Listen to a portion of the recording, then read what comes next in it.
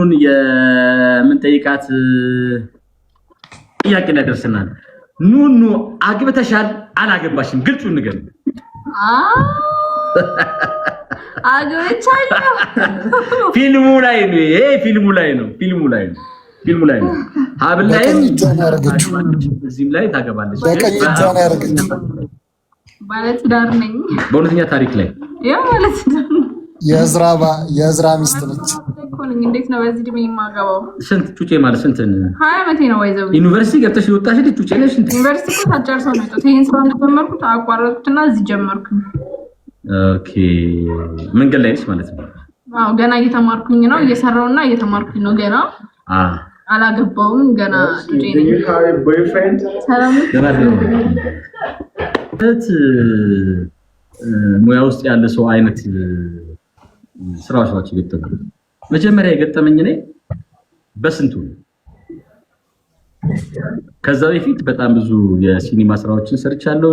የዲኤስቲቪ ምናምን እንደውም ውጭ ያሉ ሰዎች በጣም ብዙ የሚያውቁት ይመስለኛል ዲኤስቲቪ ላይ።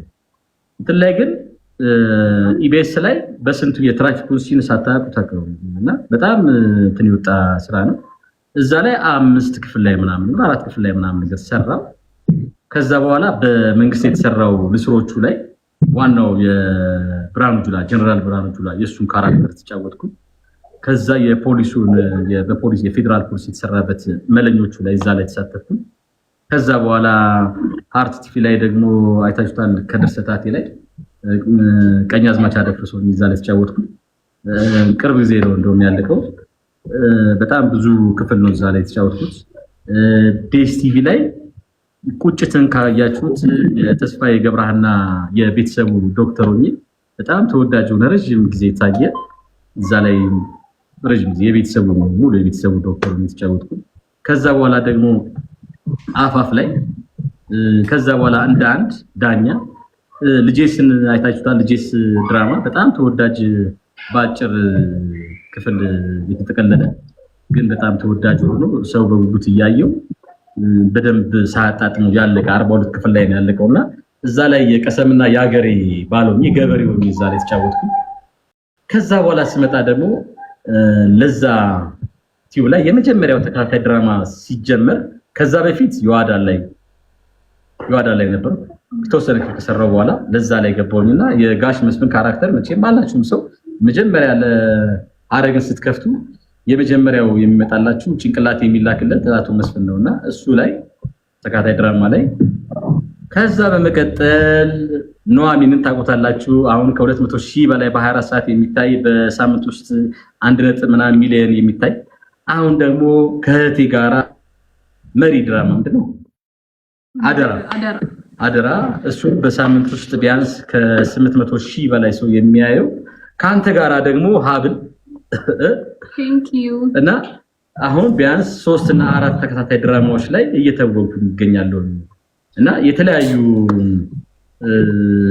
አክቲንጎች ስለሚሰጡ እዛ ላይ የምታዩት ካራክተር ነው እንጂ የዮሴፍ ካራክተር አይደለም፣ የኔ ካራክተር አይደለም፣ የኔ ባህሪ አይደለም።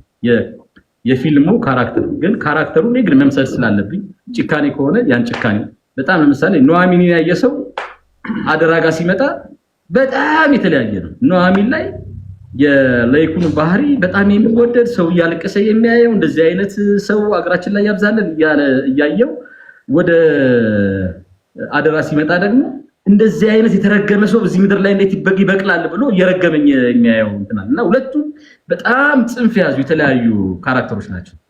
ስለዚህ የካራክተሮች ናቸው። በአንዳንድ ጊዜ እኔ 2-3 ጊዜ መገናኛ አካባቢ ላይ ሊሰነዝሩብኝ ምናምን ነገር አስበዋል ፊልሙን ያዩ ሰዎች ማለት ነው። ይሄኛውን ሳይሆን ከዛ በፊት የምሰራው በፊት ነበረ እንትን ሚስጥሬን በጣም ጭካኔ የተሞላበት ስራ ምናምን ነገርና ተተፍቶብኛል ምናምን የተለያዩ እንደዚህ አይነት እንትኖች ቴንኪው እና ደርሶብኛል በግል ማለት ነው።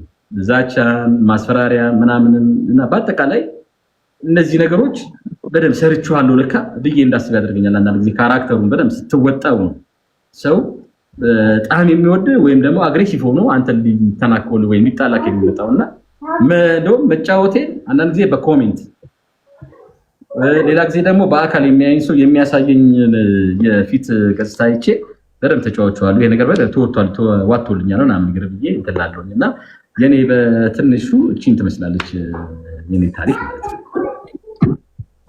አጨብጭብ ይጀት ቴንኪው አመሰግናለሁ። እንግዲህ ቃል እየመጣች ነው። ቃልና ሄለን ወደ መድረኩ እየመጡ ነው። ቸብ በማድረግ ቸብ እቺን ልጅ ታቋታላችሁ? እስኩን ጋይስ እቺ ልጅ ታቋታላችሁ? ባይሉን የምታቃጥል የባይሉ ቅጥረኛ ሆና የምትሰራ እነዚህ ሁለት ልጆች ታቋታላችሁ? እዋችሁ እስኪ ስለነሱ አንዳንድ የምትፈልጉት እንዲጠየቁ የምትፈልጓቸው ነገር ቃል አልተጠየቀችም። እኛ ስንጠየቅ ነበር። እስካሁን ምን በኃይሉ ጥያቄ እየጠየቀን ነበርና አሁን ደግሞ አንቺ ትጠየቂያለሽ ማለት ነው። ቃል ያገባችው ልጅ ምናምን ይመስለኛል ዝም ብዬ ከመጠየቅ ይልቅ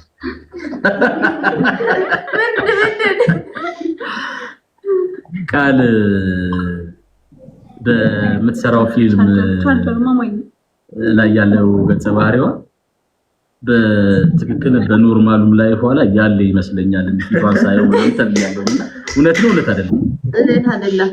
እውነት አይደለም። እስቲ ውጪ ባህሪሽን ከፊልሙ ውጪ እንዴት ነው ጸባይሽ? የኑኑ ባህሪ ነው አልቃሻ። እሺ የሷ ካራክተር የኔ ላይፍ ነው። በጣም ሩሩ ለሰው መታዝኝ ተንኮል ማጥቶች በቃ ጥሩ ምናምን ነገር ይባል።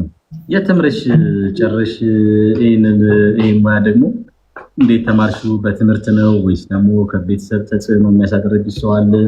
ያንቺ ሞዴል ማን ነው? እስካሁን ድረስ ስንት ፊልሞች ላይ ተሳተፍሽ? እስካሁን በዚህ ሙያ ላይ ወደፊት ለመቀጠል ነው ሀሳብሽ? እስኪ ይሄን ነገር ጠቅላላሽ ነገር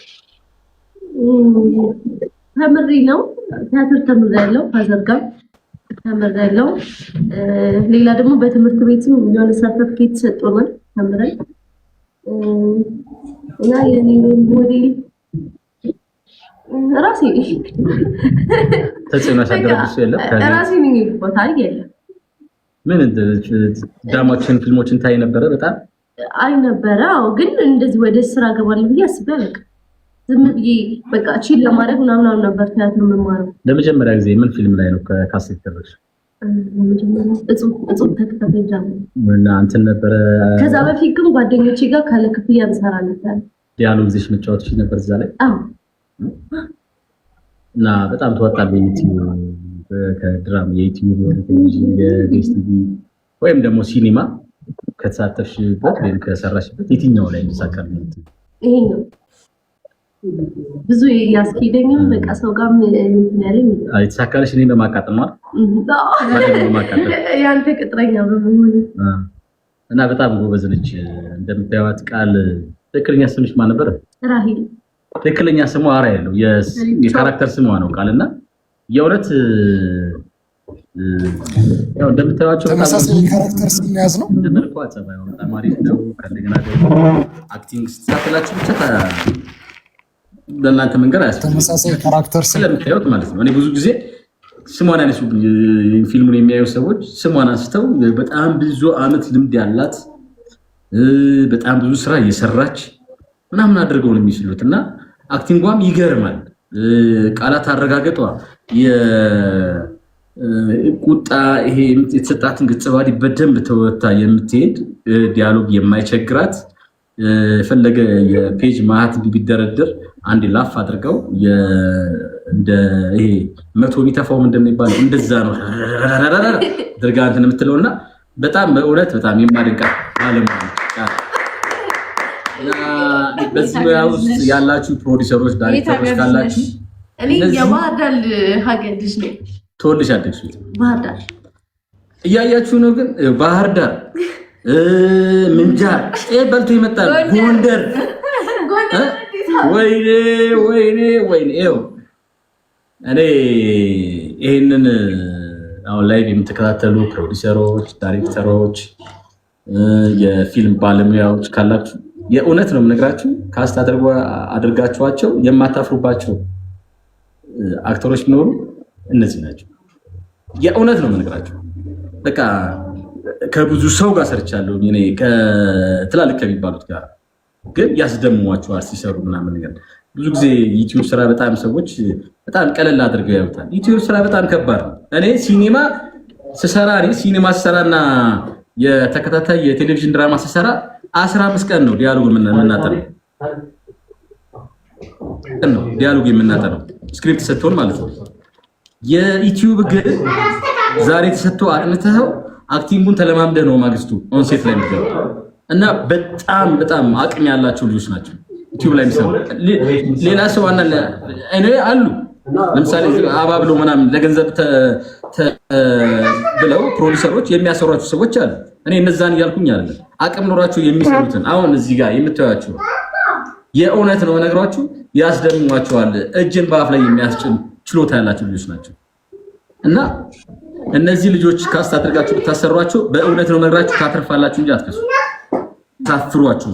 ይሄን ቃሌን ደግሞ በተግባር አሰርታችሁ ማየት ምንም ማለት አይደለም። አንድ ክፍል አሰርተህ እኮ በታየው ታየዋለህ የልጆቹን ችሎታ አቅማችሁ ስሜት ሲሰሩ ብታይ ሄለን ትጠይቅ ደግሞ እና እኔ በጣም የማደንቃቸው ትላልቅ ስለሆኑ ነው ላይፍ ከነሱ ጋር የሚገባው ትራሴ ማካበድ ሳይሆን የእውነት ነው የምነግራችሁ።